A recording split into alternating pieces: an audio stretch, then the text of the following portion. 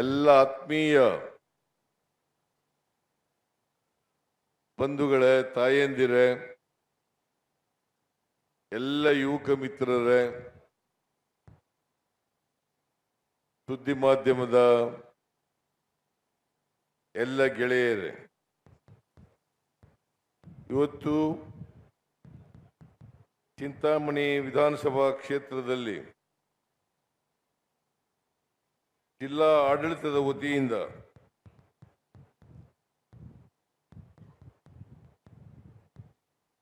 ಐದು ಗ್ಯಾರಂಟಿಗಳ ಫಲಾನುಭವಿಗಳ ಸಮಾವೇಶ, ಜೊತೆಗೆ ಅಭಿವೃದ್ಧಿ ಕಾರ್ಯಕ್ರಮಗಳ ಶಂಕುಸ್ಥಾಪನೆ, ಉದ್ಘಾಟನೆ, ಜೊತೆಗೆ ಕೋಲಾರ ಮಿಲ್ಕ್ ಯೂನಿಯನ್ ಅವರು ಇದೇ ಸಂದರ್ಭದಲ್ಲಿ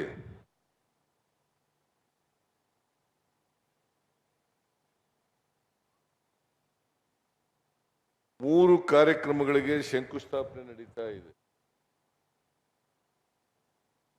ಒಂದು 53 ಕೋಟಿಗಳ ವೆಚ್ಚದಲ್ಲಿ ಐಸ್ ಕ್ರೀಮ್ ಉತ್ಪಾದನಾ ಘಟಕ ಸ್ಥಾಪನೆ. ಎರಡನೇದು ಕೋಲಾರ ಮುಖ್ಯ ಡೇರಿ, ಮೆಗಾ ಡೇರಿ ಶೀತಲ ಕೇಂದ್ರಗಳು,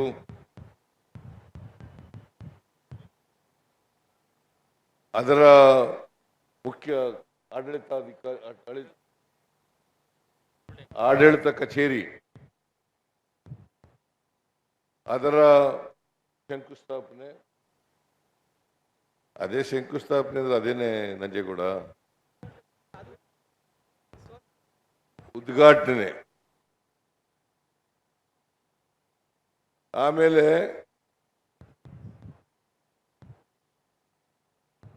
12 ಮೆಗಾವ್ಯಾಟ್ ಸೋಲಾರ್ ಪವರ್ ಪ್ಲಾಂಟ್ ನ ಶಂಕುಸ್ಥಾಪನೆ.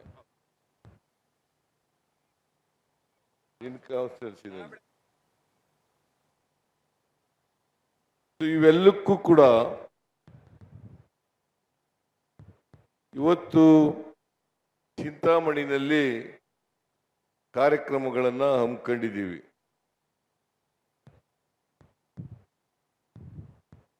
ಎಲ್ಲ ಕಾರ್ಯಕ್ರಮಗಳ ಉದ್ಘಾಟನೆಯನ್ನ ಅತ್ಯಂತ ಸಂತೋಷದಿಂದ ನೆರವೇರಿಸಿದ್ದೇನೆ ಅಂತಕ್ಕಂಥ ಮಾತುಗಳನ್ನು ಹೇಳಲಿಕ್ಕೆ ಬಯಸ್ತಾ ಇದ್ದೇನೆ.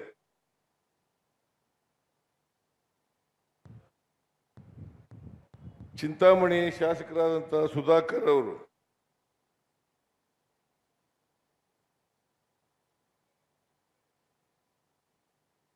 ಬಹಳ ಕ್ರಿಯಾಶೀಲ ಮಂತ್ರಿ.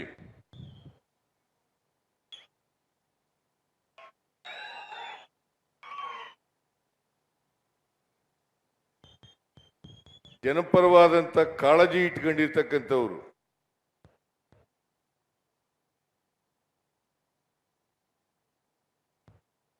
ಅವರು ಉನ್ನತ ಶಿಕ್ಷಣ ಸಚಿವರಾಗಿ ಬಹಳ ಉತ್ತಮ ರೀತಿಯಲ್ಲಿ ಕೆಲಸ ಮಾಡ್ತಾ ಇದ್ದಾರೆ.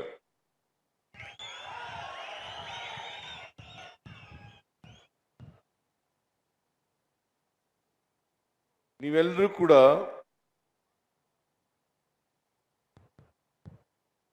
ಒಬ್ಬ ಕ್ರಿಯಾಶೀಲ ಜನಪರವಾದಂತ ಕಾಳಜಿ ಇರ್ತಕ್ಕಂಥ ಶಾಸಕರನ್ನ ಆಯ್ಕೆ ಮಾಡ್ಕೊಂಡಿದ್ದೀರಿ.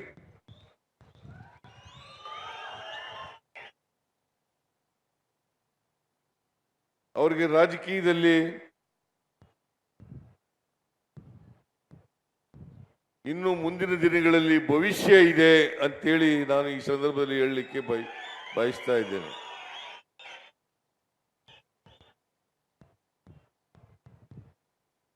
ಯಾರೇ ಜನಪ್ರತಿನಿಧಿಗೆ ಈ ರಾಜ್ಯದ ಅಭಿವೃದ್ಧಿ ಬಗ್ಗೆ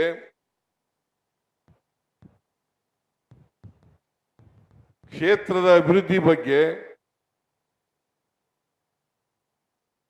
ಯಾರಿಗೆ ಕಾಳಜಿ ಇರ್ತದೆ ಅವರು ರಾಜಕೀಯವಾಗಿ ಬೆಳೀಲಿಕ್ಕೆ ಸಾಧ್ಯ ಆಗ್ತದೆ. ಆ ಎಲ್ಲ ಗುಣಗಳನ್ನ ಸುಧಾಕರ್ ಅವರು ಪಡೆದಿದ್ದಾರೆ ಅಂತಕ್ಕಂಥ ಮಾತುಗಳನ್ನ ಹೇಳಲಿಕ್ಕೆ ಬಯಸ್ತಾ ಇದ್ದೇನೆ.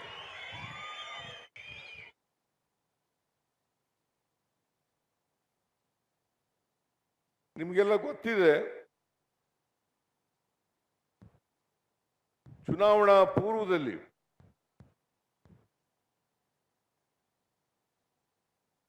ನಾವು ಜನತೆಗೆ ಅನೇಕ ಭರವಸೆಗಳನ್ನ ಕೊಟ್ಟಿದ್ದೆವು. ಅವುಗಳಲ್ಲಿ ಪ್ರಮುಖವಾದಂತ ಭರವಸೆಗಳು 5 ಗ್ಯಾರಂಟಿಗಳನ್ನ ನಾವು ಅಧಿಕಾರಕ್ಕೆ ಬಂದ ತಕ್ಷಣ ಯಾರಿಗೆ ಕೊಡ್ತೇವೆ ಅಂತಕ್ಕಂಥ ಮಾತುಗಳನ್ನ ಹೇಳಿದ್ದು. ಈ ಮಾತನ್ನ ಹೇಳುವಾಗ ಕರ್ನಾಟಕದಲ್ಲಿರ್ತಕ್ಕಂಥ ಮಹಿಳೆಯರು ಮತ್ತು ಬಡವರ ಸಮಸ್ಯೆಗಳನ್ನ ಪರಿಹರಿಸಬೇಕು ಅನ್ನೋ ಕಾರಣಕ್ಕೋಸ್ಕರ ಈ ಗ್ಯಾರಂಟಿಗಳನ್ನು ನಾವು ಕೊಟ್ಟದ್ದು.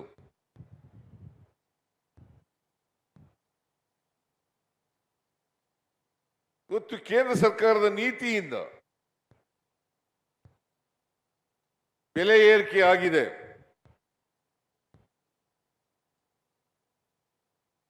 ನಿರುದ್ಯೋಗ ಸಮಸ್ಯೆ ಇದೆ.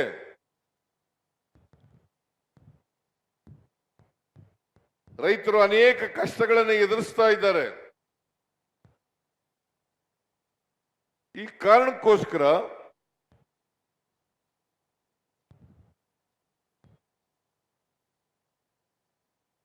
ಯೂನಿವರ್ಸಲ್ ಬೇಸಿಕ್ ಇನ್ಕಮ್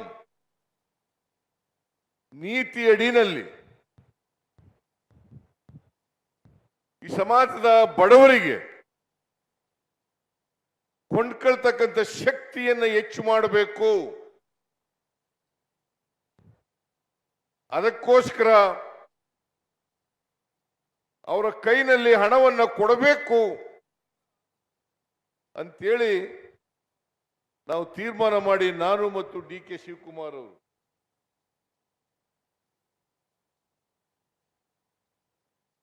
ರುಜುವು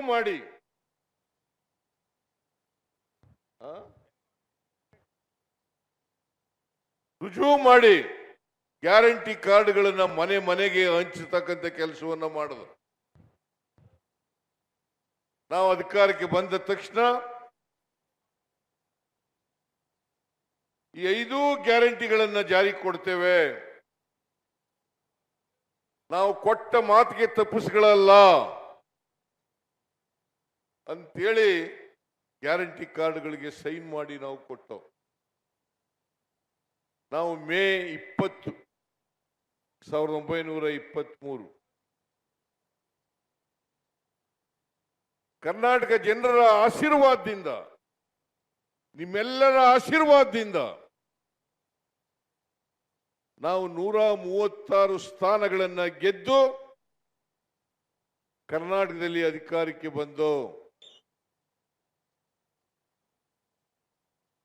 ನೀವು ಕೂಡ ಸುಧಾಕರ್ ಅವರನ್ನ ಗೆಲ್ಲಿಸಿ ವಿಧಾನಸಭೆಗೆ ಕಳಿಸಿಕೊಟ್ರಿ.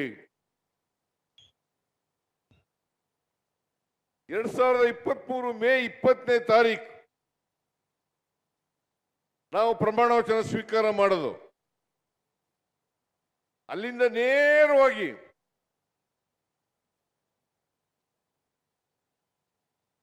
ವಿಧಾನಸೌಧದ ಕ್ಯಾಬಿನೆಟ್ ಹಾಲ್ನಲ್ಲಿ ತೀರ್ಮಾನವನ್ನು ಮಾಡೋದು. 5 ಗ್ಯಾರಂಟಿಗಳನ್ನ ಜಾರಿ ಕೊಡಬೇಕು ಅಂತೇಳಿ ಆದೇಶ ಹೊರಡಿಸ್ತೋ. 5 ಗ್ಯಾರಂಟಿಗಳನ್ನ ಈಗಾಗಲೇ ಸುಧಾಕರ್ ಅವರು ಹೇಳಿದ್ದಾರೆ. ಶಕ್ತಿ ಯೋಜನೆ,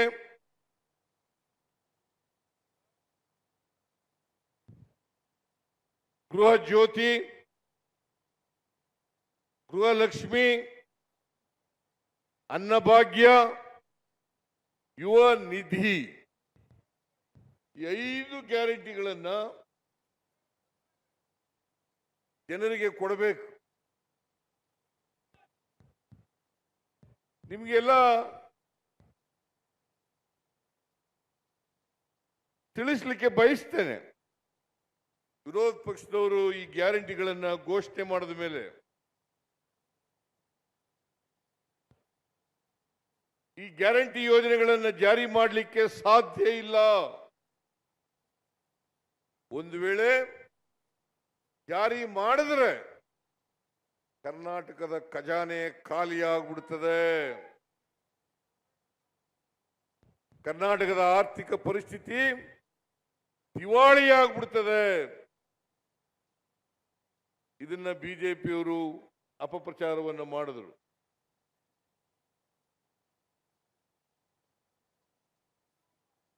ಇನ್ನೂ ಒಂದು ಅಪಪ್ರಚಾರವನ್ನು ಮಾಡಿದ್ರು. ಈ ಗ್ಯಾರಂಟಿ ಯೋಜನೆಗಳು ಚುನಾವಣೆ ಆದ್ಮೇಲೆ ನಿಲ್ಲಿಸ್ಬಿಡ್ತಾರೆ.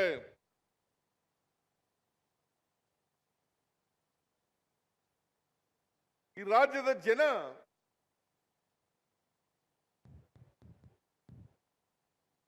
ದಡ್ಡರಲ್ಲ. ಬಿಜೆಪಿಯವರು ತಿಳ್ಕೊಂಡಿದ್ದಾರೆ ಈ ರಾಜ್ಯದ ಜನರನ್ನ ದಾರಿ ತಪ್ಪಿಸಬಹುದು, ಸುಳ್ಳು ಹೇಳಿ ನಂಬಿಸಬಹುದು ಅಂತೇಳಿ ತಿಳ್ಕೊಂಡಿದ್ದಾರೆ. ಆದರೆ ಬಿಜೆಪಿಯವರು ಜನರನ್ನ ದಾರಿ ತಪ್ಪಿಸೋದ್ರ ಬದಲು ಅವರೇ ಮೂರ್ಖರಾಗಿದ್ದಾರೆ ಅಂತಕ್ಕಂಥ ಮಾತುಗಳನ್ನು ಹೇಳಲಿಕ್ಕೆ ಬಯಸ್ತಾ ಇದ್ದೇನೆ. ಇವತ್ತು ಇಲ್ಲೆಲ್ಲ ನೋಡಿದ್ದೀರಿ, ಅಭಿವೃದ್ಧಿ ಕೆಲಸಗಳಿಗೆ ಶಂಕುಸ್ಥಾಪನೆ ಮತ್ತು ಉದ್ಘಾಟನೆ ಮಾಡ್ತಕ್ಕಂಥ ಕೆಲಸ ಮಾಡಿದ್ದೀವಿ.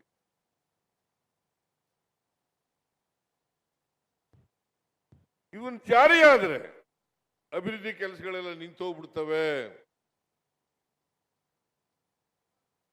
ಅಭಿವೃದ್ಧಿ ಕೆಲಸಗಳು ನಿಂತೋಗಿದ್ರೆ ಇಷ್ಟೊಂದು ಅಭಿವೃದ್ಧಿ ಕೆಲಸಗಳಿಗೆ ಶಂಕುಸ್ಥಾಪನೆ ಉದ್ಘಾಟನೆ ಮಾಡಲಿಕ್ಕೆ ಸಾಧ್ಯ ಆಯ್ತಿತ್ತ? ನೀವೇ ಸಾಕ್ಷಿ. ಆರ್ ಅಶೋಕ, ಬಸವರಾಜ ಬೊಮ್ಮಾಯಿ, ವಿಜಯೇಂದ್ರ ಒಬ್ಬರ ಮೇಲೊಬ್ರು ಸುಳ್ಳು ಹೇಳದ್ದೇ ಜಾಸ್ತಿ. ಒಬ್ಬರ ಮೇಲೆ ಒಬ್ರು ಸುಳ್ಳು. ಅದಕ್ಕೆ ನಾನು ಅನೇಕ ಸಾರಿ ಹೇಳಿದ್ದೀನಿ, ಈ ಬಿಜೆಪಿಯವರ ಮನೆ ದೇವರೇ ಸುಳ್ಳು. ಈ ಬಿಜೆಪಿಯವರು ಅವ್ರ ಮನೆ ದೇವರು ಸುಳ್ಳು. ಯಾಕಂದ್ರೆ ನರೇಂದ್ರ ಮೋದಿ ಅವರೇ ಸುಳ್ಳು ಹೇಳ್ಬಿಡ್ತಾರೆ. ನರೇಂದ್ರ ಮೋದಿ ಅವರೇ ಸುಳ್ಳು ಹೇಳಿದ್ದಾರೆ ಈ ದೇಶದ ಜನರಿಗೆ. ಅವ್ರು ಹೇಳಿದ್ರು 2014ರಲ್ಲಿ ವಿದೇಶದಲ್ಲಿ ಕಪ್ಪು ಹಣ ಇದೆ, ಆ ಕಪ್ಪು ಹಣ ತಗೊಬಂದು ಭಾರತದ ಪ್ರತಿಯೊಂದು ಕುಟುಂಬಕ್ಕೆ 15 ಲಕ್ಷ ರೂಪಾಯಿಗಳನ್ನ ಕೊಡ್ತೇನೆ. ಇವತ್ತವರಿಗೆ 10 ವರ್ಷ ಆಯ್ತು. ನರೇಂದ್ರ ಮೋದಿ ಅವರು ಪ್ರಧಾನಮಂತ್ರಿಯಾಗಿ 15 ಪೈಸೆನೂ ಕೊಡ್ಲಿಲ್ಲ. 15 ಲಕ್ಷ ಕೊಡ್ತೀವಿ ಅಂತ. 15 ಲಕ್ಷ ಅಚ್ಚೇ ದಿನ ಆಯಂಗೆ ಅಂತಂದ್ರು.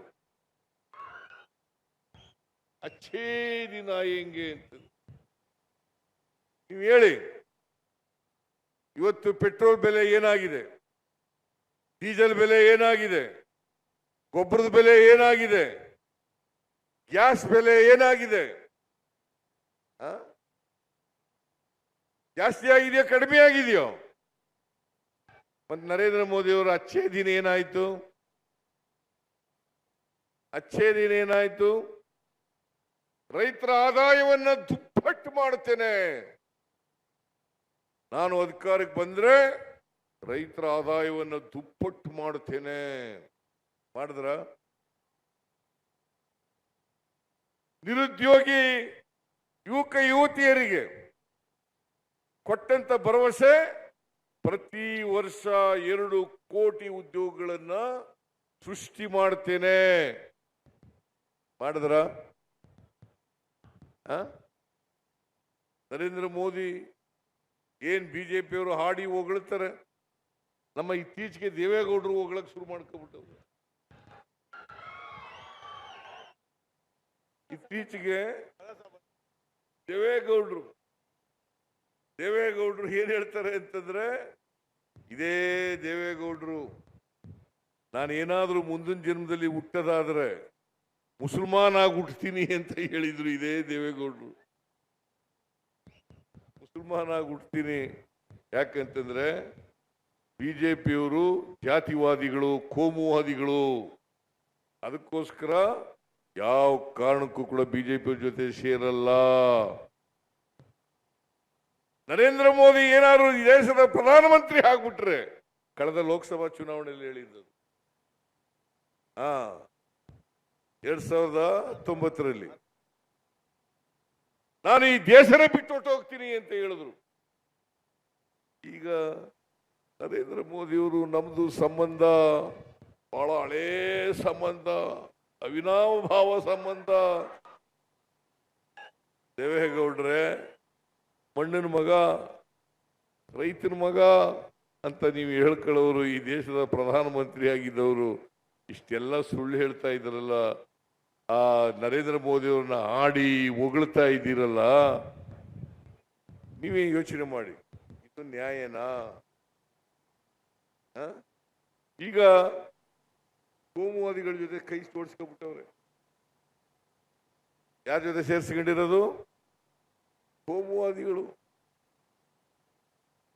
ಆದ್ರೆ ಜನತಾದಳ, ಎಸ್ ಜನತಾದಳ ಸೆಕ್ಯುಲರ್. ದಯಮಾಡಿ ನಾನು ಹೇಳ್ತೀನಿ ದೇವೇಗೌಡರಿಗೆ, ಆ ಎಸ್ ಅನ್ನ ತೆಗೆದಾಕ್ಬಿಡ್ರಪ್ಪ, ಯಾಕೆ ಸುಮ್ಮನೆ ಇಟ್ಕೊಂಡಿದ್ದೀರಿ ಅಂತ.